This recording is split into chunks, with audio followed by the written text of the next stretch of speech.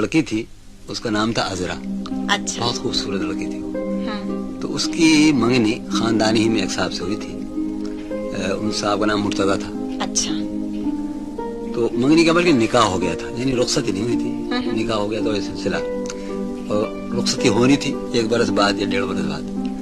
मगर क्या हुआ कि एक दिन इत्तला आई कि मुर्तजा का इंतकाल हो गया। तो वो लड़की सहन में बैठी हुई कुछ काढ़ रही थी। तो उसने इस तरह सुना जैसे कुछ सुना ही नहीं, बिल्कुल गैर मुताल्लिक, बिल्कुल गैर जानेदारों का सुना, बिल्कुल खामोश। अच्छा। खामोश हो गई। और उसके बाद उनकी छत पर एक इमारत, दूसरी मंजिल भी थी उस मकान की, वो वहां चली गई जीने चढ़कर ऊपर के कमरे में, दूसरी मंजिल में फौरन वहां चली गई लड़की। और अब वो वहीं रहने लगी। कोई अच्छा। बहुत कोशिश करते लोग उसे बुलाएं, अच्छा कोशिश क्या थी कि उस बातों की कोई याद दिलाए कि उसे रुलाया जाए। हाँ हाँ। वो रोती भी नहीं थी, कुछ नहीं, बिल्कुल खामोश। अच्छा। बिल्कुल पत्थर।